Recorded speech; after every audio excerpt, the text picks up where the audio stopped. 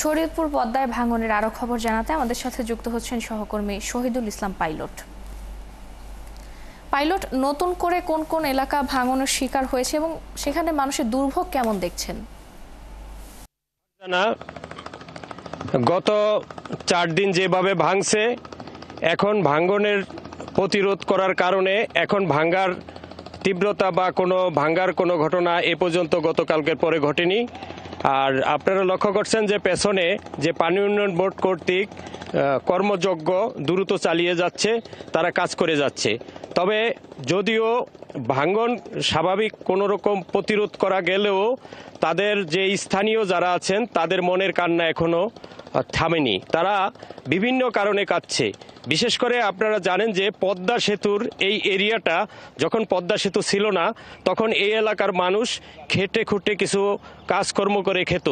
যেমন বিশেষ করে লঞ্চ, ফেরি এইসব জায়গা ট্রলার চলাচল করত। সেই ক্ষেত্রে স্থানীয়রা মূলত এসবের উপর ভিত্তি করেই তারা এখানে জীবিকা নির্বাহ করত।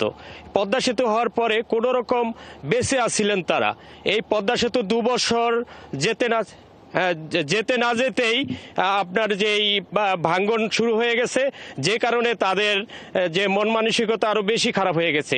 আমি এখানে অনেকের সাথেই কথা বলেছি, তাদের মধ্যে যারা গরিব তারা হয়তো হাত পেতে কিছু হয়তো সহযোগিতা পায়, আর এমনও কিছু আছে যারা এত বছরের যে ভাঙ্গনের আগে যে কিছু ইনকাম করে কর্মসংস্থান করেছিলেন, সেই কর্মসংস্থানের ব্যক্তিগুলো এখন জায়গা হারিয়ে বিভিন্ন কর্মসংস্থান হারিয়ে এখন তারা মাথা হাত দিয়ে বসে আছেন।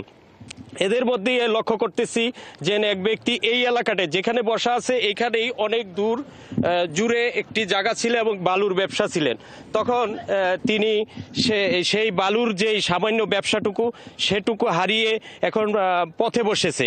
এখন আমরা তার কাছ থেকে একটু তার অনুভূতিটা শুনবো যে আসলে এখানে তিনি কিভাবে ছিলেন, আর এখন তার যে বালুর যে ব্যবসাটা হারিয়ে যাওয়ার কারণে তার মনের কথা আমরা একটু জানবো, দর্শককে দেখাবো।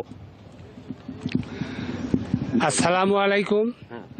আমি হাজি আব্দুল খালেক দেশালী। আমার বাড়ি পাইনপাড়া মাঝিগান্ধির ঘাটে, এখানেই বলে। এখানে স্থানীয় আমি এখন বর্তমানে ছিলাম, যেখানে বসা আমি। এখানে আমাদের অনেক ব্যবসা বাণিজ্য ছিল, কিন্তু ব্যবসা বাণিজ্য এই পদ্মা সেতু হওয়ার কারণে কিন্তু আমাগো সব কিছু বিলীন হয়ে গেছে গা। আমাগো ট্রলার, লঞ্চ, সিবোট অনেক কিছু চলতো, কিন্তু অনেক লোক যে ছিল এই লোক বাঁচার অনেক পদ্ধতি ছিল, কিন্তু এই পদ্ধতিগুলা এই পদ্মা সেতুর কারণে সম্পূর্ণ বিলীন হয়ে গেছে।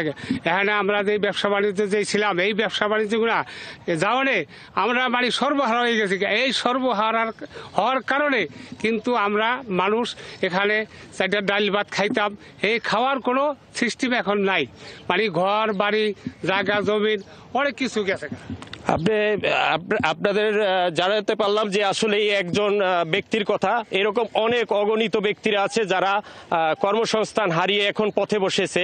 এরকমই আরেক ব্যক্তি যার সারের ডিলারই ছিলেন, তার অল্প সময়ের মধ্যে হারিয়ে গেছে। সে সারের ডিলার একজনের সাথে আমি কথা বলবো। উনি সালাম আলাইকুম। আমাদের ব্যবসা বাণিজ্য ছিল, সারের দোকান ছিল, 10 মিনিটও টাইম পাই নেই আমাকে পদ্মা নদীতে লইয়ে গেছে গা। 2টা দোকান ছিল, এখন ব্যবসা বাণিজ্য নাই, এখন আমাকে কোনো কিছুই নাই এখন এই বর্তমানে।